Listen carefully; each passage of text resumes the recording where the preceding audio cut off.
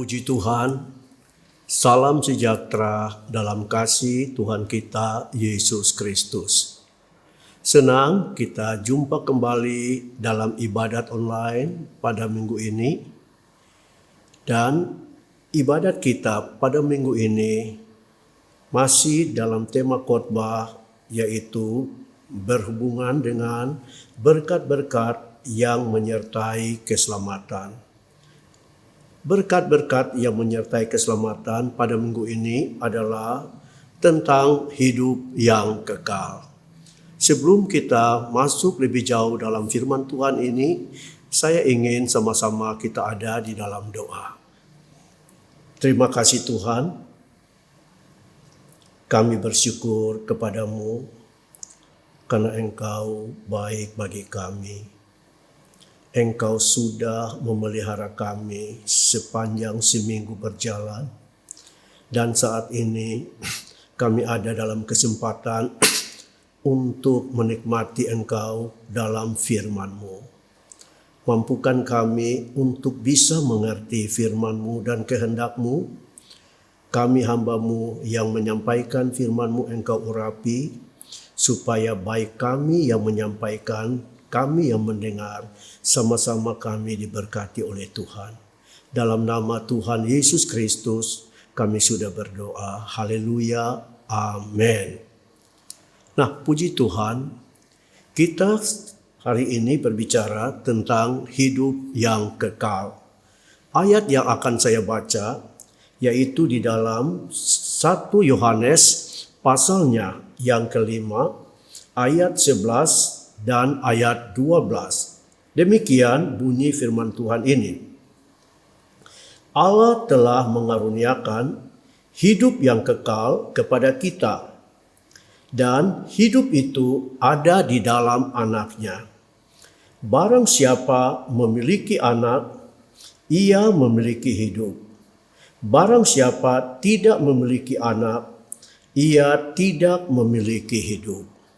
Jadi jelas, hidup yang kekal itu ada di dalam Yesus Kristus. Barang siapa yang percaya kepada Yesus dan yang menerima Yesus sebagai juru selamat di dalam kehidupannya, Alkitab menjamin kepadanya akan diberikan hidup yang kekal. Nah saudara, sebelum kita melihat lebih jauh apa arti hidup yang kekal itu, maka saya ingin kita melihat kata hidup terlebih dahulu. Jadi sesudah kita melihat apa arti kata hidup, lalu kita akan datang kepada apa arti hidup yang kekal itu. Kalau kita belajar di dalam firman Tuhan, maka firman Tuhan itu ada terdapat dua kata yang terkait dengan kehidupan. Pertama, kehidupan dalam bentuk kata bios. Sekali lagi, kehidupan dalam bentuk kata bios. Nah, kata bios itu adalah kehidupan secara umum yang ada di bumi ini. Maksudnya adalah kehidupan secara fisik, kehidupan secara jasmani. Contohnya, seperti saya mempunyai kehidupan secara fisik jasmani. Nah, kehidupan saya ini yang dilihat adalah namanya bios, atau kita melihat pada hewan-hewan yang ada. Hewan-hewan ini juga kehidupan mereka itu dalam bentuk bios, atau pada dunia tumbuh-tumbuhan. Kehidupan itu juga disebut bios. Kehidupan yang disebut bios atau jasmani raga itu adalah kehidupan yang tidak kekal. Maksudnya kehidupan yang fana, hanya sementara saja. Bagi manusia setelah termakan usia, dia akan meninggal. Tubuhnya akan selesai dari kehidupan. Tanaman, tumbuh-tumbuhan sama. Sesudah masa usia hidupnya selesai, dia akan mati. Demikian juga dengan hewan. Selesai usia hidupnya, dia akan mati. Maka jelas, bagi kehidupan dalam bentuk kata bios, itu bukanlah kehidupan yang kekal. Itu kehidupan yang fana atau kehidupan yang hanya sementara saja. Sedangkan kehidupan yang kedua, dipakai kata zoe. Kata zoe seringkali disebut sebagai kehidupannya Allah. Nah, kehidupannya Allah inilah yang diberikan kepada manusia. Pada waktu Allah menciptakan manusia dari debu tanah, setelah tubuhnya dibentuk, Kejadian katakan Allah memberi nafas hidup, memberikan kepadanya zoe, suatu kehidupan yang lain di dalam tubuh jasmaninya. Nah, inilah yang kita kenal dengan kehidupan secara rohani atau kehidupan yang baharu di dalam tubuh. Dan kehidupan yang baharu inilah yang kita kenal dalam kata zoe. Kehidupan zoe, kehidupan rohani adalah kehidupan yang bisa bertahan selama di bumi. Kehidupan rohani ini tetap hidup di dalam orang-orang percaya. Dan bila orang percaya itu meninggal, kehidupan rohani akan berkelanjutan di dalam kehidupan di surga yang kekal bersama-sama dengan Tuhan. Nah, puji Tuhan, kita bersyukur kepada Tuhan. Siapa kita sehingga Dia mau memberikan kehidupan yang kekal kepada kita? Satu yang kita buat, berterima kasihlah kepada Tuhan. Dia mau memberikan kepada kita suatu kehidupan, yaitu kehidupan yang kekal. Nah, saudara yang dikasihi Tuhan, lebih jauh kalau kita lihat bagaimana sekarang supaya kita bisa memperoleh kehidupan yang kekal itu. Di dalam kitab Injil Yohanes pasalnya yang ketiga ayat 16 mengatakan, barang siapa yang percaya kepada Yesus, dia akan memperoleh hidup yang kekal. Pasal 3 Injil Yohanes ayat 36 masih sama, barang siapa yang percaya kepada Yesus, dia akan memperoleh hidup yang kekal. Dan barang siapa yang tidak percaya dan tidak taat kepada Yesus, dia tidak akan memiliki hidup yang kekal. Dia tidak akan pernah melihat hidup yang kekal. Dan berikutnya kita lihat di dalam Injil Yohanes pasalnya yang ke-10, ayatnya yang ke-10, kita baca di situ Yohanes pasalnya yang ke-10, ayatnya yang ke-10 mengatakan, pencuri datang hanya untuk mencuri dan membunuh dan membinasakan. Tetapi aku datang supaya mereka mempunyai hidup dan mempunyainya dalam segala kelimpahan. Puji Tuhan, terima kasih kepada Tuhan. Dia sudah datang untuk kita. Di saat kita ada dalam dosa yang seharusnya kita akan mati dan menuju kepada kematian kekal untuk selama-lamanya. Sekali lagi, selama kita ada di dalam dosa, bila kita mati, ajal menjemput, kita akan pindah kepada kekekalan. bukan kepada hidup yang kekal, tetapi kematian kekal. Apa artinya kematian kekal? Yaitu orang-orang yang tidak percaya kepada Yesus saat ajal tiba. Mereka ada di dalam satu tempat yang di sana tidak ada sumber hidupnya. Tidak ada Tuhan. Karena Tuhan itu kehidupan. Tuhan tidak ada di neraka. Maka orang yang mati tidak dalam Tuhan, dia ada di dalam satu tempat yang tidak ada Tuhan, yang tidak ada kehidupan. Dia akan merasa mati untuk selama-lamanya. Tetapi sungguh baik Tuhan bagi kita. Dia sudah memberikan Yesus kepada kita. Supaya kita lihat tadi di dalam Injil Yohanes pasal 10 tadi ayatnya yang ke-10. Aku datang supaya mereka mempunyai hidup. Yesus datang supaya manusia yang percaya kepadanya bisa memperoleh kehidupan dalam kata Zoe. Kehidupan yang kekal. Dan Yesus bukan hanya pribadi, hanya memberikan kehidupan. Tapi dia mau memberikan jaminan kehidupan. Apa yang dibutuhkan oleh hidup, Yesus sanggup mengadakannya. Saudara tidak usah takut. Kalau saudara sudah terima Yesus, Yesus akan menjamin kebutuhan hidup secara bios, kehidupan hidup secara jasmani. Tuhan sanggup untuk memberikan kepadamu. Kehidupan secara rohani Tuhan sanggup memberikan kepadamu. Maka di dalam Injil Matius pasal 25 di dalam Injil Matius pasalnya yang ke-6 dikatakan, jangan kamu khawatir akan hidupmu. Pandang burung-burung yang tidak bekerja, tidak menabur, tidak punya lumbung, tapi Tuhan pelihara mereka. Tuhan sediakan makanan bagi binatang, unggas, burung yang hanya memiliki biosnya saja. Apalagi kita yang sudah percaya Yesus, yang sudah diangkat menjadi anak-anaknya, yakin dan pastikan bahwa Tuhan sanggup menjamin memelihara hidup kita secara utuh.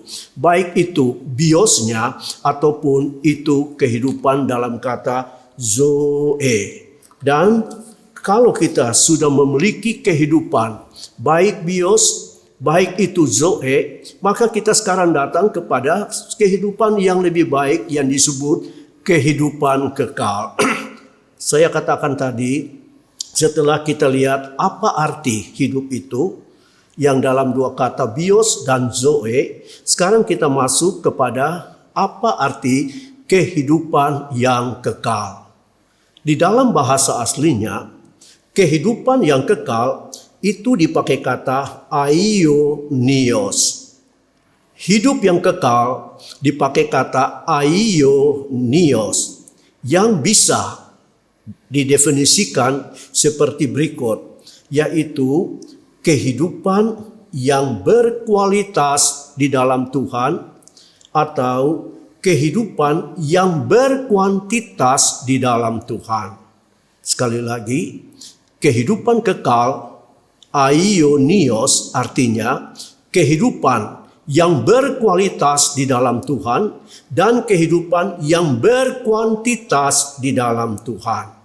Nah, saudara yang dikasihi Tuhan, hidup kekal itu bukan kita tunggu bila ajal menjemput kita, mati baru hidup yang kekal.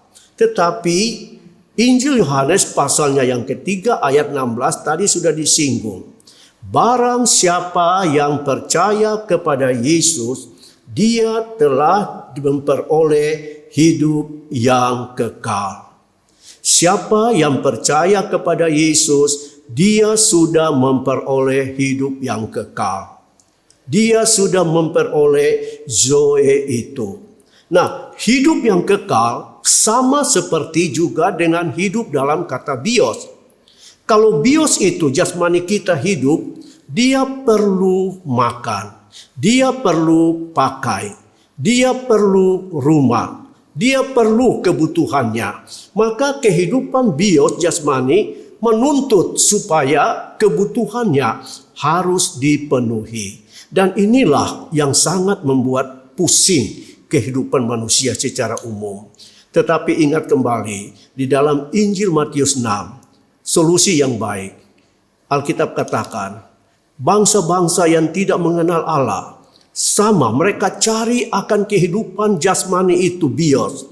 Tetapi bagi kamu, carilah dahulu kerajaan Allah dan kebenarannya, maka hal-hal itu pasti akan Tuhan sediakan.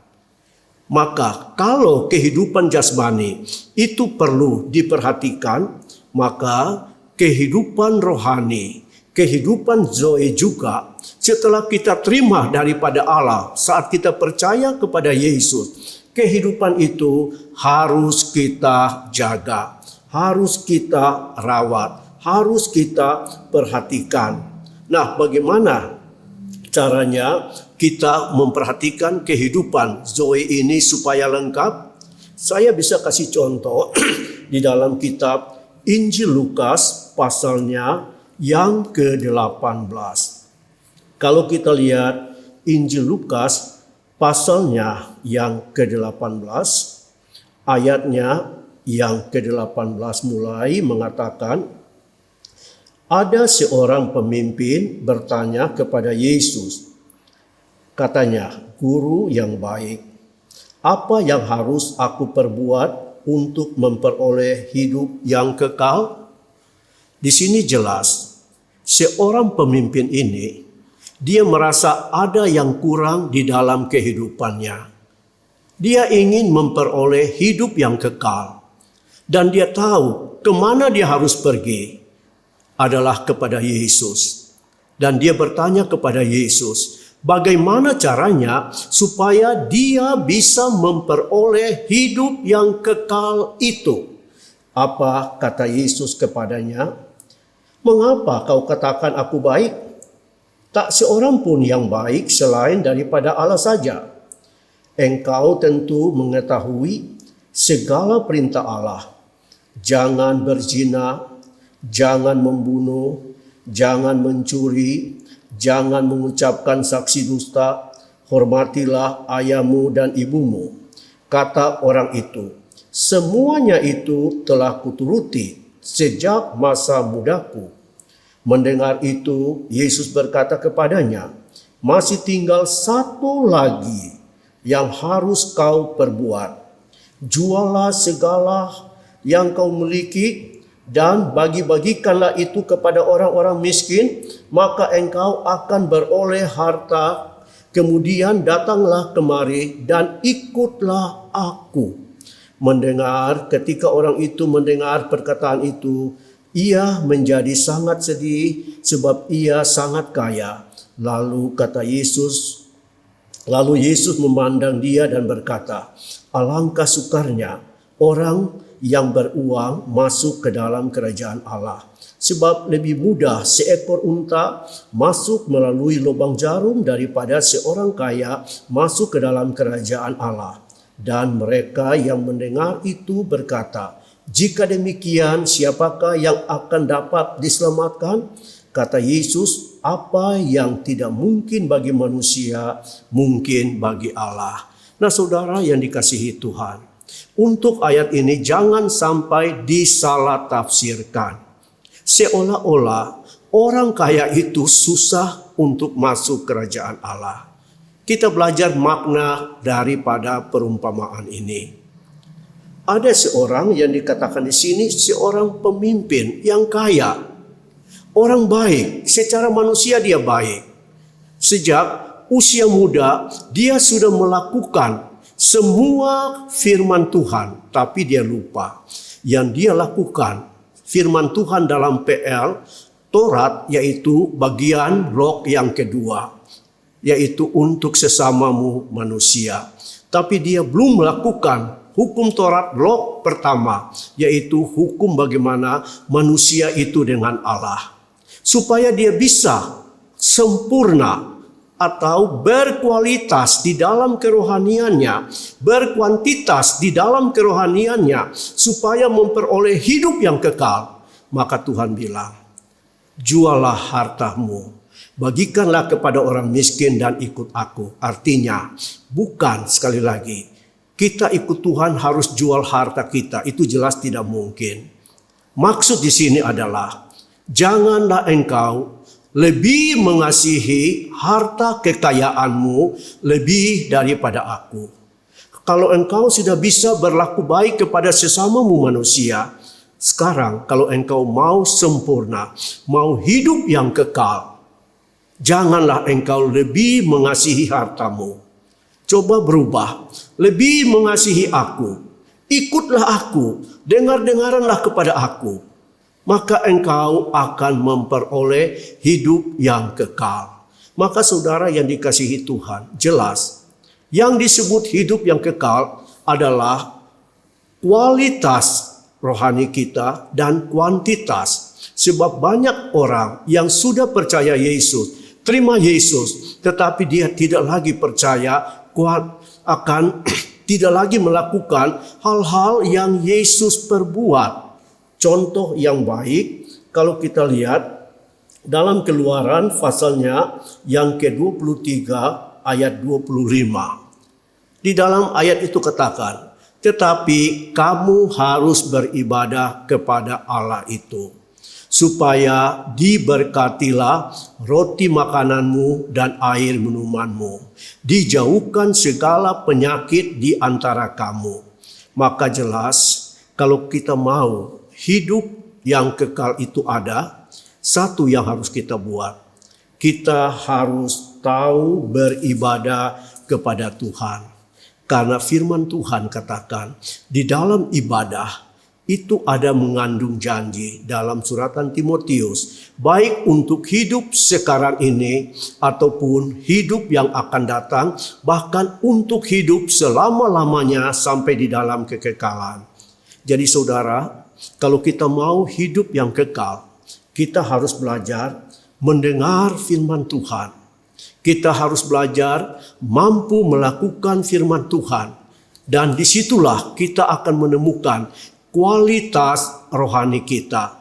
Kita akan menemukan kuantitas rohani kita. Dan tidak akan pernah rugi. Baik kehidupan bios kita, baik kehidupan zoe kita, diberkati oleh Tuhan.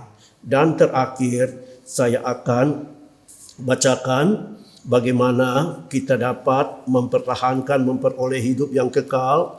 Injil Yohanes pasalnya yang ke-17 ayat 1 sampai 3. Demikianlah kata Yesus.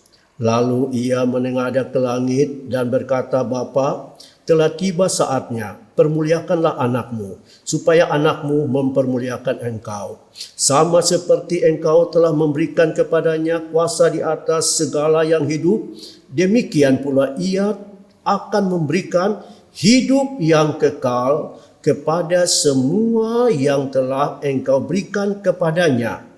Inilah hidup yang kekal itu, yaitu bahwa mereka mengenal engkau satu-satunya Allah yang benar dan mengenal Yesus Kristus yang telah diutus.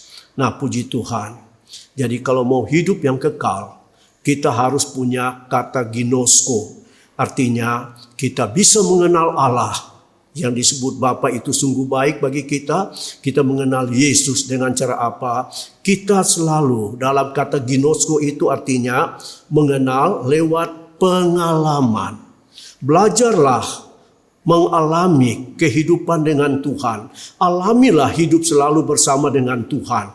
Dan kalau saudara sudah mengalami hidup dengan Tuhan, firman Tuhan jamin, zoemu Tuhan pelihara. Dan biosmu, jasmanimu, dalam segala hal Tuhan berkati.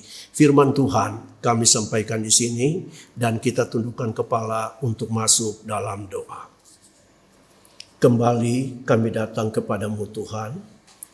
Kami berterima kasih buat firman yang sudah Engkau anugerahkan bagi kami.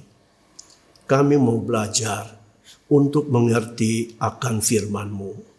Biarlah kehidupan yang ada di dalam kami, baik itu secara jasmani, bios, baik itu secara rohani, zoe, itu dipelihara Tuhan dan diberkati Tuhan.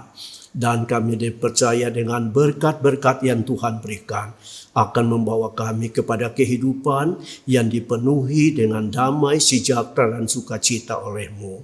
Dalam nama Tuhan Yesus Kristus kami sudah berdoa. Para pendengar yang sudah mendengar, Engkau berkati mereka juga, supaya di dalam hidup mereka kekekalan dari Tuhan ada pada mereka. Dalam nama Tuhan Yesus Kristus kami sudah berdoa. Haleluya. Amin.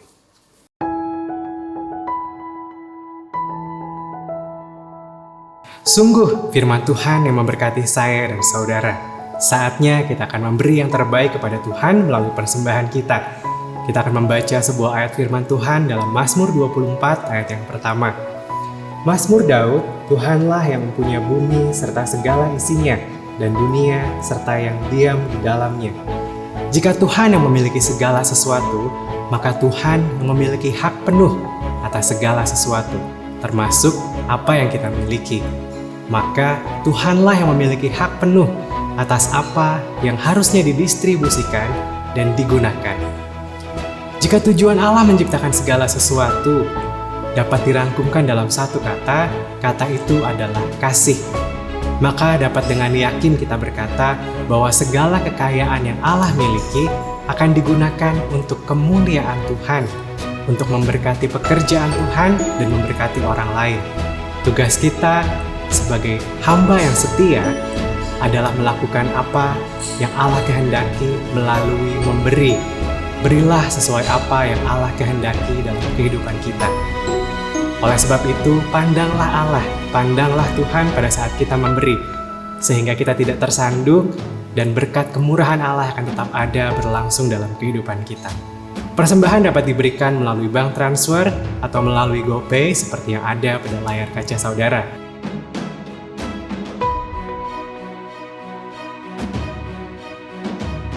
Berikut adalah jadwal kegiatan GBDI Pasir Nangka selama sepekan yang akan ditampilkan di dalam layar kaca saudara.